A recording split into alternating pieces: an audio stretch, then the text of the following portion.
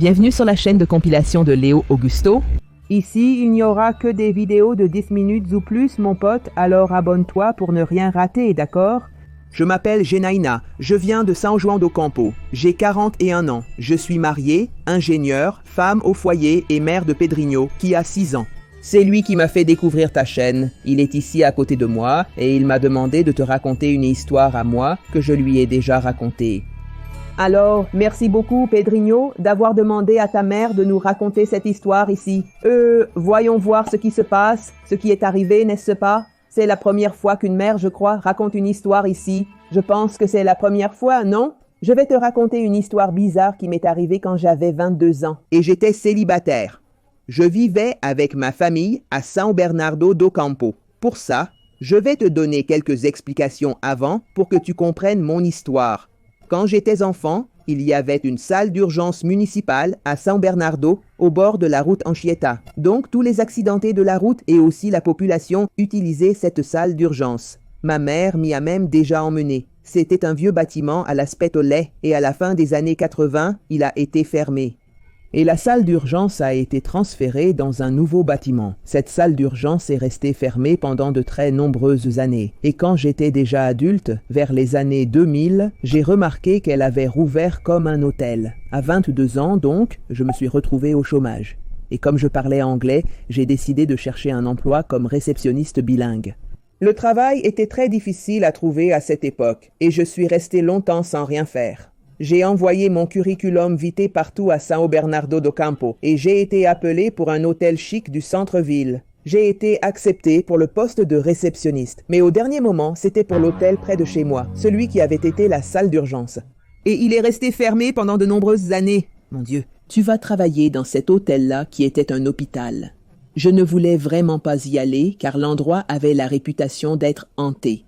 Mais j'avais besoin d'argent, alors j'y suis allé quand même. On ne peut pas décrire avec des mots l'énergie négative de cet endroit. L'air était si lourd qu'on aurait pu le couper au couteau. Le plus fou... J'imagine ici l'air lourd. Toi? Je travaillais là où, autrefois, il y avait la morgue. Imagine le truc glauque. J'y pense ici. Je commence déjà à avoir... Comment? Je transpire. Mais les employés étaient très sympas et soudés. Ils avaient tous déjà vu tant de fantômes que nous travaillions en binôme. J'ai tant d'histoires à te raconter, les miennes et celles de mes collègues, que ça ferait un livre. Mais je vais t'en raconter une. L'hôtel avait une très mauvaise réputation. Qu'il était toujours vide. Un certain dimanche d'hiver, je suis arrivé. Il était 6 heures du matin. Et j'ai commencé mon service. Il n'y avait que moi à l'hôtel, la femme de ménage Bernardina et la serveuse Anna. Il n'y avait aucun client à l'hôtel. Nous avons craint un braquage, alors j'ai verrouillé la porte de la réception. Tous les trois, nous nous sommes assis sur le grand canapé de la réception, avons regardé la télé et fini par nous endormir. Alors, soudainement, je me suis vu en train de flotter au-dessus de mon propre corps. J'ai regardé sur le côté et j'ai aussi vu mes 2 amis endormis. J'ai eu très peur. Il y avait une ombre maléfique au-dessus d'Anna. Et elle se débattait. Soudain, Anna s'est levée et a couru vers la cuisine de l'hôtel. À ce moment-là, l'ombre est venue vers moi. Et elle m'a serré le cou et je ne pouvais pas bouger. Et c'était horrible.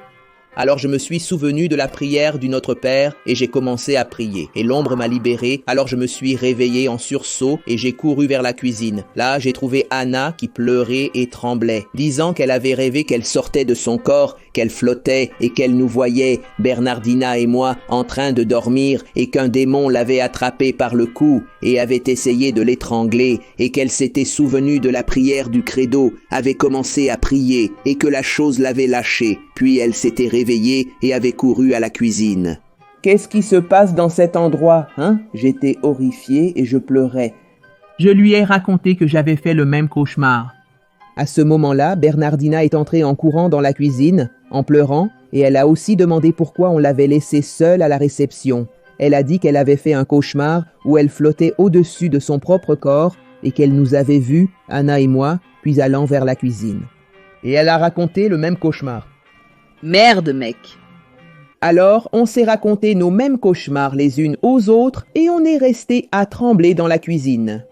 C'était vers 6h30 du matin. Comme c'était un hôtel, des clients pouvaient arriver à tout moment.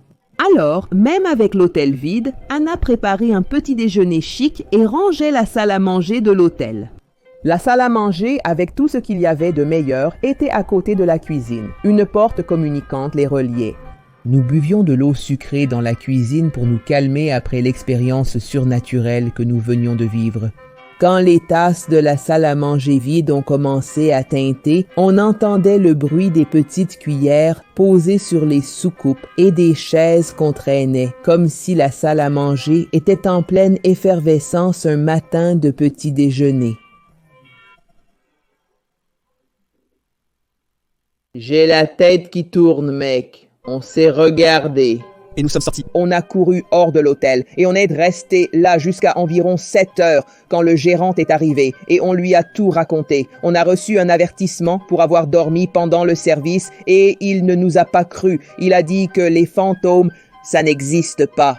La cuisine était impeccable, pas une tasse de travers. Grâce à Dieu, j'ai rapidement quitté ce travail. L'hôtel a ensuite fermé et laisse rester jusqu'à aujourd'hui. Si tu veux entendre d'autres histoires, fais-le-moi savoir. Merci beaucoup, c'était une sacrée histoire. Ça m'a foutu les jetons ici. Purée, il y a vraiment un truc flippant et hanté là-bas, tu trouves pas? Tout a débuté lorsque 4 amis et moi avons loué un bateau pour pêcher sur une rivière. À proximité se trouvait un pâturage avec des vaches et des chevaux. Avant notre départ, une amie de ma grand-mère m'a mis en garde. « Mon fils, fais attention. Là-bas, un vieux poilu aux ongles longs a essayé de me griffer quand j'étais enceinte de ma fille pour transmettre la malédiction.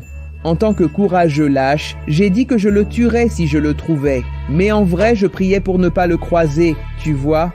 On est allé pêcher en face du pâturage où se trouvaient les vaches et le cheval. On est resté longtemps sans rien attraper jusqu'à ce qu'un brouillard très épais apparaisse soudainement. Les vaches et le cheval se sont mis à courir. On était complètement tendus, tu vois. Tout le monde a pris la fuite. Soudain, une créature sinistre ressemblant à un énorme chien est apparue au bord du pâturage, mec. C'était vraiment flippant. Il y avait trop de fumée pour voir clairement. La bête a levé ses 2 pattes avant pour sauter dans l'eau. Elle devait faire 3 mètres de haut, mec. Par inattention, on a fait tomber la rame dans l'eau. La bête a commencé à s'approcher, mec. Elle nageait vers nous. Et elle a explosé les rames avec un coup de dent. Heureusement, il y avait ce petit moteur à l'arrière du bateau, tu vois. J'ai commencé à essayer de démarrer ce truc. Je tirais sur la corde pour le mettre en marche, mais il semblait y avoir un problème. La bête se rapprochait de plus en plus, jusqu'à ce que, par un miracle divin, le moteur démarre, mec. On s'est tiré de là à toute vitesse. On est arrivé au hangar où on avait loué le bateau. On a raconté ce qu'on avait vu aux pêcheurs. L'un d'eux a dit « Ce monde est plein de choses compris pour ne jamais croiser. J'ai déjà entendu parler d'un homme qui est allé pêcher là-bas et qui a disparu.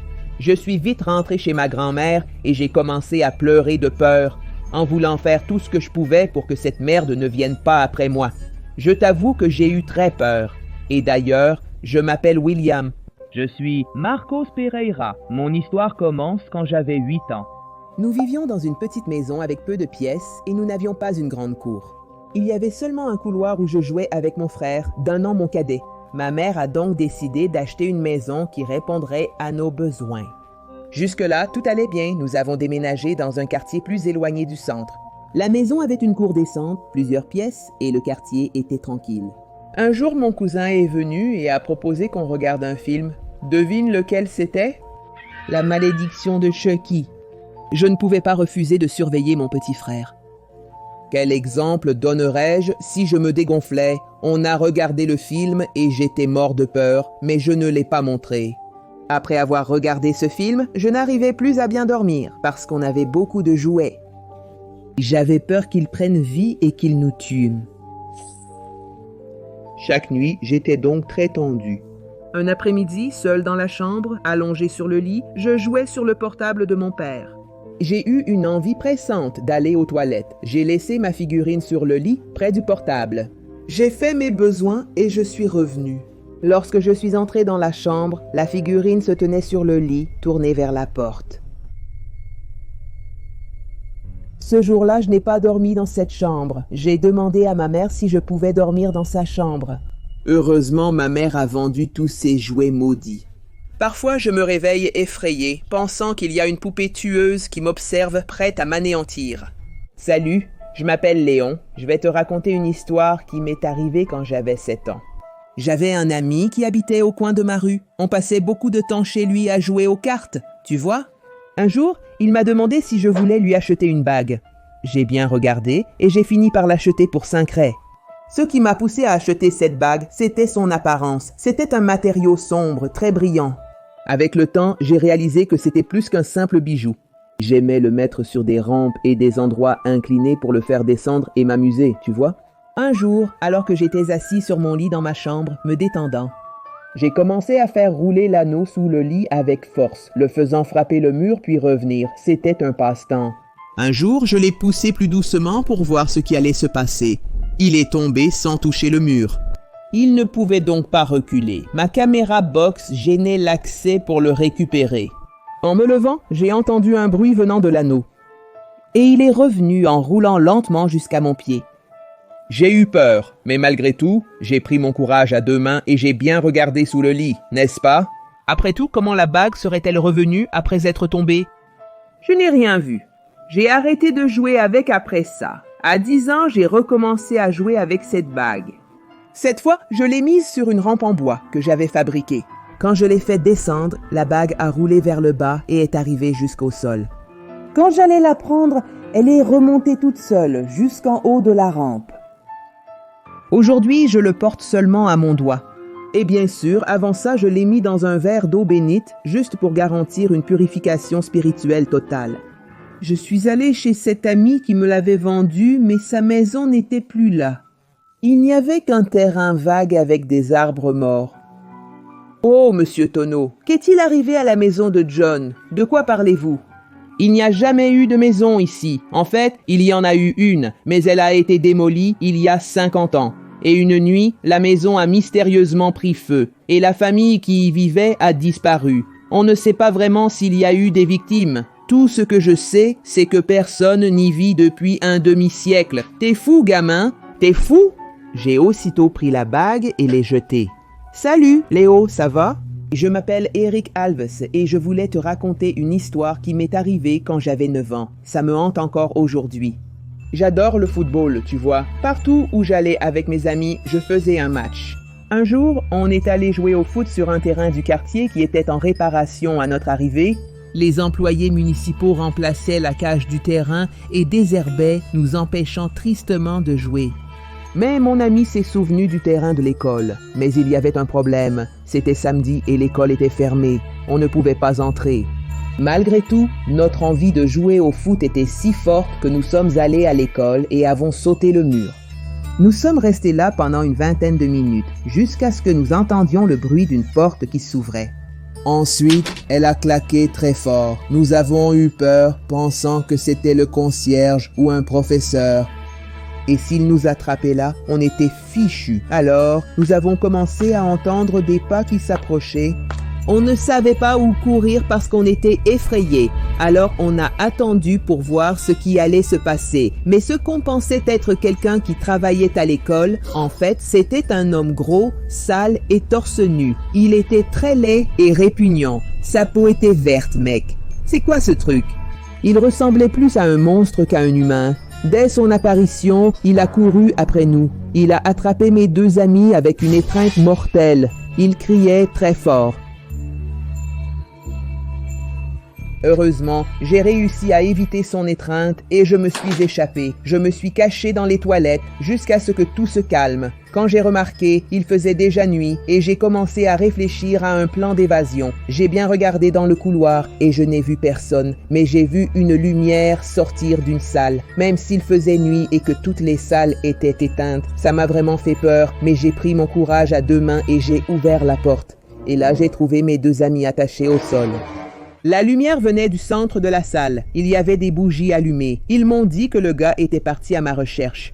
J'ai détaché les liens et nous nous sommes échappés de la salle en courant jusqu'au mur pour le franchir. Quand je me suis retourné, j'ai vu l'ombre de l'homme courir à une vitesse incroyable.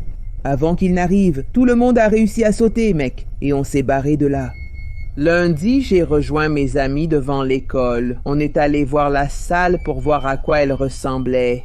À notre grande surprise, tout était en parfait état. Pas de bougie, aucune trace de ce fameux homme. Tout était propre et bien rangé. Bonjour Léo, ça va?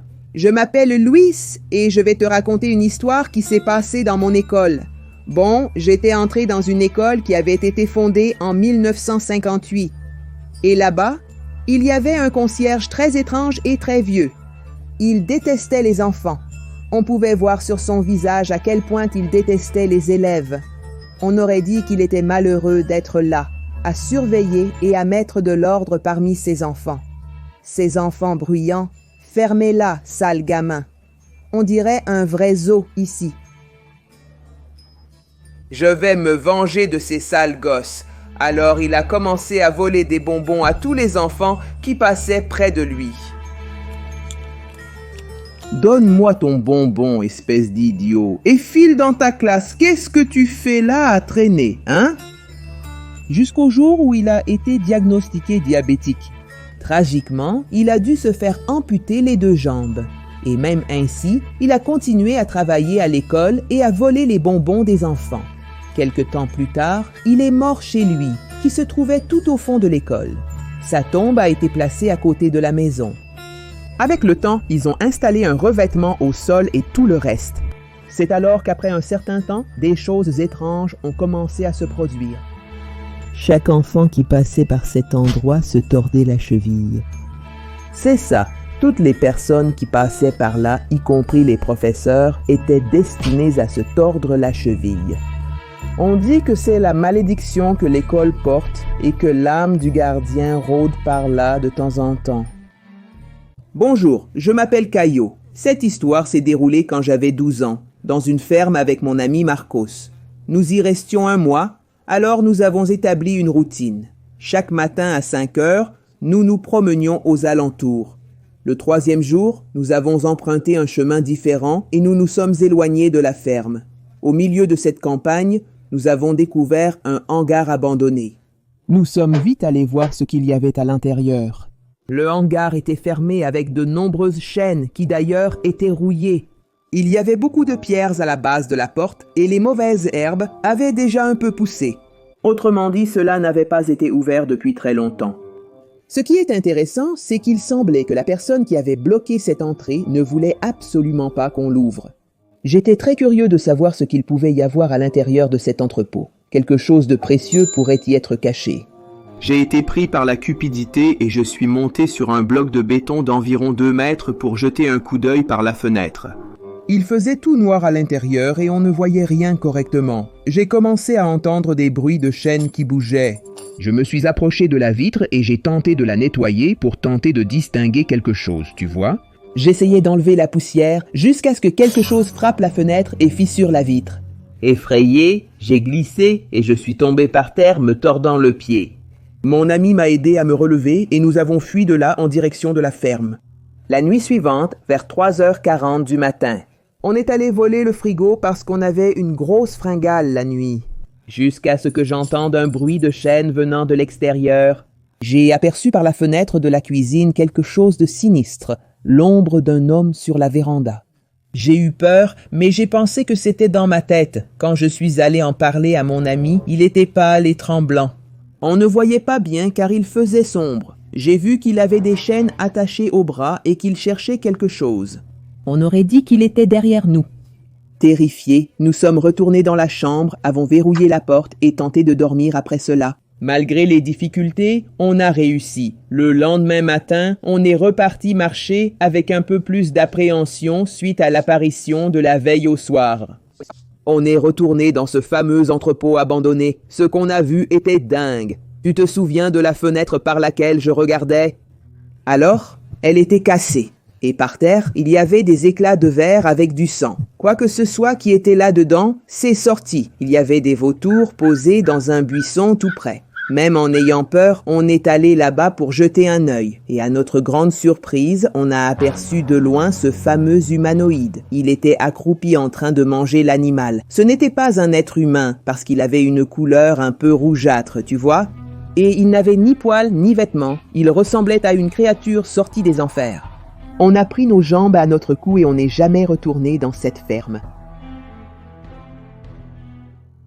Bonjour Léo, je suis Joan Miguel. Je vais vous raconter une histoire récente qui m'est arrivée.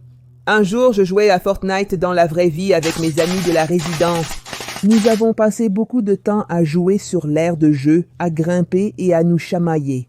Nous avons joué pendant des heures, jusqu'à ce que le jeu devienne un peu ennuyeux, tu vois. Nous avions besoin de quelque chose de plus excitant, d'un endroit où l'ambiance serait plus dangereuse pour notre jeu. C'est alors que nous avons eu l'idée d'aller jouer dans un immeuble abandonné, qui se trouvait tout près de là. Il y avait une rumeur qui disait ceci, ceux qui entraient là-dedans ne pouvaient plus jamais en sortir et disparaissaient, pour toujours. D'autres disaient que l'endroit était hanté et tuait ceux qui y entraient. Comme nous n'y croyions pas, nous y sommes allés. Nous avons préparé nos armes d'airsoft pour commencer notre bataille. Cependant, nous avons entendu un bruit étrange venant de l'étage supérieur du bâtiment. Étant 4, nous sommes montés au 2e étage pour vérifier s'il y avait d'autres personnes en train de faire du désordre. Il n'y avait personne, seulement beaucoup de choses jetées partout, des graffitis sur les murs et des dessins étranges qui ressemblaient à de vieilles écritures. J'ai été frappé par l'atmosphère pesante qui régnait. Je crois que c'est cela qui a fait que mon ami le plus jeune s'est mis à pleurer et à uriner dans son pantalon. Puisque nous étions là, j'ai insisté pour que nous allions explorer d'autres étages. 2 d'entre eux ont aimé l'idée, mais ce plus jeune ami à moi ne voulait pas. La majorité ayant décidé, nous sommes allés voir le 3e étage. C'est là que les choses ont commencé à devenir bizarres. L'ambiance est devenue plus lourde qu'avant, et quand je m'en suis rendu compte, tout le monde était accroupi par terre. On aurait dit qu'on était sous une gravité très forte. Ma vue a commencé à se troubler, et quand j'ai réussi à me concentrer, j'ai vu quelque chose de terrifiant. Au milieu de la pièce, il y avait une personne avec une capuche. Elle pointait du doigt une partie du sol où il n'y avait pas de mur. Mon ami avançait comme s'il était hypnotisé par cette chose. J'ai essayé de l'appeler, mais il ne m'entendait pas. On aurait dit que tout le monde suivait ce que cette créature ordonnait. Je crois que j'étais le seul lucide à ce moment-là. Ils étaient sur le point de tomber. Avec difficulté, j'ai réussi à attraper mon arme d'airsoft. Et j'ai commencé à tirer sur cette chose. Miraculeusement, cette chose a disparu en plein air. Les gens sont revenus à la réalité juste après. J'avais peur que cette chose revienne, alors j'ai vite dit aux gens de courir qu'on devait partir de là. On a réussi à s'enfuir avec beaucoup de mal, bon sang, c'était quoi ça? Je pense que cette chose rôde encore là-bas, errant de ci de là, à la recherche de nouvelles victimes qui entreraient là. J'espère que tu as aimé ce résumé et que j'ai pu t'apporter un bon divertissement.